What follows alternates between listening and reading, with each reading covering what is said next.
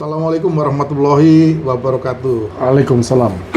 Pemirsa semua, kita berjumpa lagi dalam Gus Andi Channel, diskusi yang mencerahkan bagi perkembangan politik, budaya, sosial, ekonomi bersama saya, Bang Oyo Sinapoy. Bagaimana kabarnya, Bang? Alhamdulillah, terima kasih Gus. Sehat selalu kita ini. Sehat ya? Ya. Kita konsisten, berani ya. Konsisten, berani, dan bedol desa. Itu seperti yang dicerminkan dalam diri Panembahan Senopati, Bang. Jadi Pak Prabowo harus tetap berani, jangan khawatir, karena kalau kita melihat dari karakter Panembahan Senopati, pendiri Kerajaan Mataram Islam yang besar dan mengilhami pemimpin sekarang ini ya, dan cerita-cerita maupun peninggalannya jelas masih ada sekarang, yaitu Jogja dan Solo. Maka percayalah, dalam diri Bapak terjaga oleh alam atas izin Allah. Maka tidak akan ada orang yang berani menyentuh Bapak selama Bapak dalam sikap betul-betul untuk kepentingan negara dan bangsa, terutama untuk rakyat Indonesia. Nah, ada satu sesi terakhir ini, Bang. Yes. Jadi Pak Prabowo ini juga mempunyai cita-cita. Kita tidak tahu ya umur itu, bahwa ke depan anak-anak Indonesia itu dipacu supaya mampu mengikuti perkembangan zaman. Apalagi sekarang ini zaman AI, digital dan sebagainya. Bahkan beliau sendiri pernah mengatakan di sebuah podium di satu acara yang resmi, kalau masyarakat tidak tembus informasinya ke saya, nggak usah susah, cukup dengan sosial media, TikTok, sampaikan, viralkan, saya pasti baca. Nah, apa sebenarnya dalam benak pikiran Pak Prabowo itu, kok mau susah-susah mendengarkan keluhan, kebutuhan, keresahan yang ada dalam masyarakat. Padahal masyarakat kita itu luas, banyak, maksudnya wilayah luas, jumlahnya banyak, 280 juta, tapi beliau mau mendengarkan meskipun di pelosok sana. Apa ini yang membuat beliau itu yakin bahwa dengan cara itu beliau bisa membuat bangsa ini tertata? Ya itulah Gus. Prabowo ini adalah seorang presiden kita yang betul-betul sangat pandai untuk melihat perubahan. Jadi awal mula reformasi ini kan teknologi ini masih biasa-biasa saja, belum ada TikTok, belum ada apa ya, Instagram lah, apalah yang sehari-hari ini yang bisa cepat untuk menyebarkan atau memviralkan sesuatu. Dan masa itu sudah lewat gitulah. Artinya 25 tahun setelah reformasi itu, ternyata reformasi yang kita inginkan itu belum terjadi seluruhnya.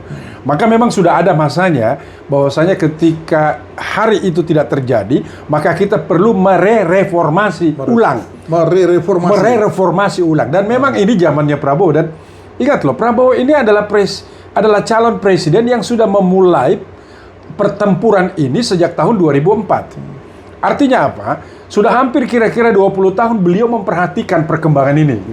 Maka wajar sekali Prabowo memakai alat atau memakai sebuah wadah teknologi ini, dalam hal ini yang sudah berkembang sekarang seperti TikTok, YouTube, Instagram, podcast, dan macam-macam, sebagai semacam sebuah lembaga atau sebuah platform untuk menyampaikan pendapat, dan Prabowo mengingin dan melihat itu.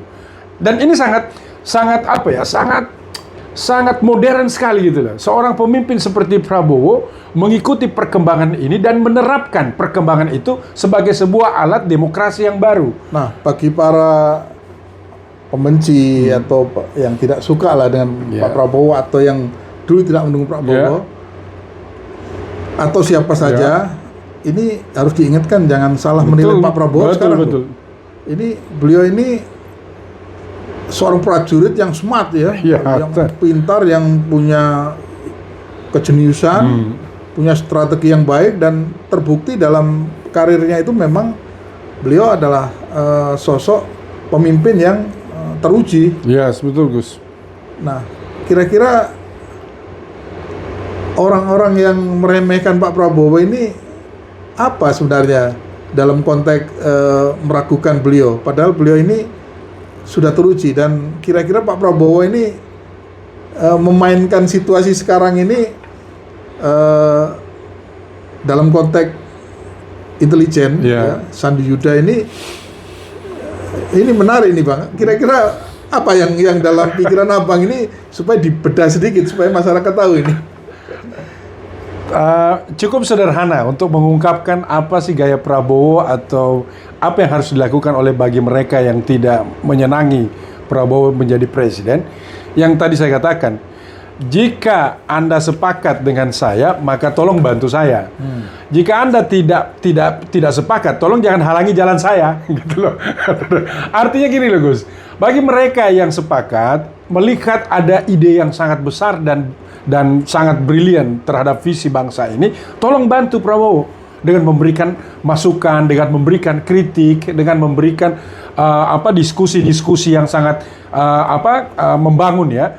Tapi bagi mereka yang ingin menghujat, menggagalkan program ini, tolong jangan halangi langkahnya Prabowo. Karena buat Prabowo, dia tidak berurusan dengan mereka yang tidak sepakat. Yang menjadi presiden dan bertanggung jawab terhadap konstitusi pada saat hari ini adalah Presiden Prabowo, bukan orang-orang yang tidak sepakat. Masa sih orang yang tidak sepakat harus diikuti idenya? Sementara ini Prabowo ini memiliki cita-cita yang sudah diungkapkan dalam visi misi pada saat kampanye dulu yang lalu, dan itu ditetapkan menjadi undang-undang atau menjadi aturan untuk pengembangan program-program Prabowo selama 5 tahun yang akan datang. Jadi sederhana Gus, bagi Prabowo tidak ada urusan. Dia bisa menerapkan prinsip bedol desa terhadap mereka yang tidak suka atau menghalangi jalannya, dan betul-betul sangat menghormati orang yang memberikan masukan yang membangun, kalau bisa mengkritik untuk membangun, kalau bisa memberikan saran untuk membangun. Dalam konteks peperangan keprajuritan skala Medan, beliau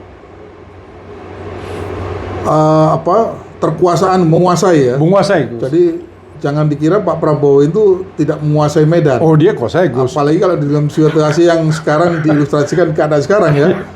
Jadi beliau ini sebenarnya udah tahu semua apa yang dilakukan para orang-orang tanda kutip tertentu ini ya. Gus, bagi seorang Prabowo, menurut saya ya, dalam permainan catur, beliau itu sudah mengetahui langkah terakhirnya saja apa. Dari misalkan 100 langkah yang ke depan, beliau sudah memiliki apa yang harus dilakukan, gitu aja. Gitu ya. Jadi beliau ini tidak akan kosong akal lah. Pasti selalu kalau ada yang tantang dia akan jawab, kalau ada kalau ada yang tahan langkah beliau, dia akan labrak aja. Dia tahu konsekuensi. Ini tentara, ini betul-betul menguasai Medan. Ini betul-betul menguasai yang namanya Medan Indonesia. Baiklah, teman-teman pemirsa semuanya, kita berdiskusi cukup menarik ini, dan kalau kita tingkatkan lagi tone-nya nanti ya akan kemana-mana. Tapi coba kita rangkum bahwa sosok Pak Prabowo ini memang unik, dan inilah pemimpin yang lahir di zamannya sekarang. Perlu sosok yang tegas, dan beliau punya kekuatan yang membersamai dirinya itu dalam kekuatan selain lahiriah, ada batiniahnya yang kuat. Nah, kalau dalam konteks kerajaan Mataram Islam yang terbangun oleh pendirinya Panembahan Senopati, tentu sebagai sebuah kerajaan yang baru yang harus dikembangkan luas, apa yang dilakukan Pak Prabowo sudah betul, adalah membuat bagaimana kedaulatan pangan ini terwujud dan menjadi satu instrumen yang akan menjaga kestabilan kekuatan ekonomi pangan kita, Pak. Kemudian dari sisi bagaimana supaya bisa hidup, bisa sejahtera, bisa punya logistik kuat, maka kekuatan kedaulatan energi harus diwujudkan. Karena ini bagian dari eksplorasi sumber daya alam yang maha dahsyat, maha hebat di negara kita ini, harus digunakan sebesar-besarnya untuk kemakmuran rakyat. Bagus. Negara yang ngatur. Nah, Selain itu, Pak Prabowo juga sebagai panglima tertinggi dari 3 matra dan kepolisian, tentu juga beliau akan menegakkan hukum seadil dirinya. Maka kedaulatan hukum juga harus dijaga. Nah, untuk menjaga itu semua, Bang, itu tentu Pak Prabowo akan menggunakan segala sumber dayanya untuk mengokohkan bangsa ini supaya kehidupan ini makin harmonis. Makanya beliau menggunakan selain tegas juga akomodatif. Yes, betul. Beliau meminta bagaimana menghormati pemimpin sebelumnya, bagaimana persatuan dijaga. Kemudian beliau ingin meningkatkan SDM anak-anak muda kita yang tidak mampu pintar disekolahkan, baik di sekolah Garuda, terus dibangun universitas. Kemudian bagi perusahaan-perusahaan asing yang ingin menanam modal sini untuk terus merekrut sumber daya manusia Indonesia semaksimal mungkin.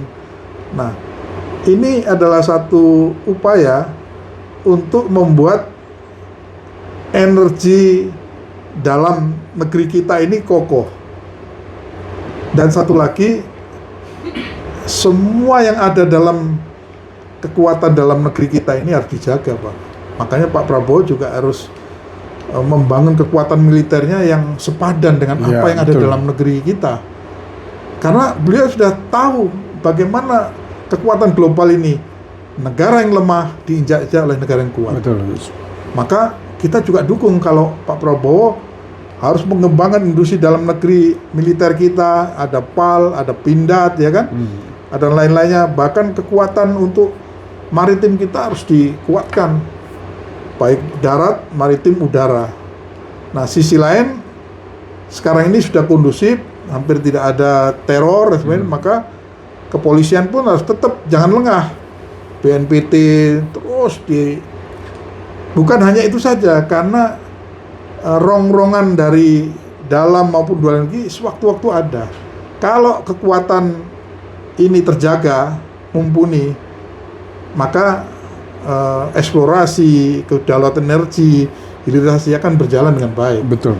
Nah, saya kira itu yang bisa kami sampaikan para pemirsa semuanya.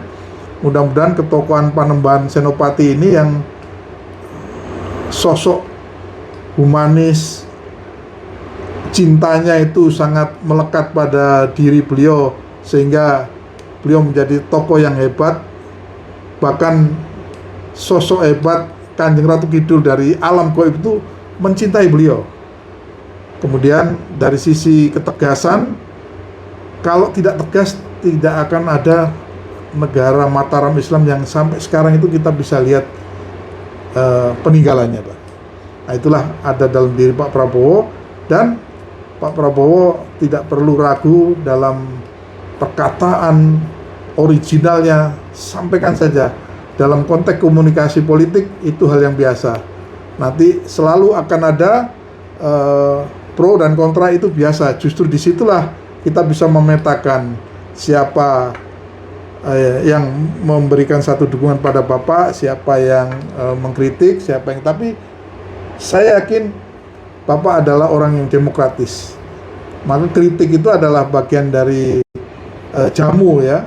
Sebuah itu seperti obat, vitamin, mana yang bisa diikuti, mana yang memang harus dianalisis, mana yang memang tidak perlu diikuti. Semuanya akan bergerak pada roda alamiah.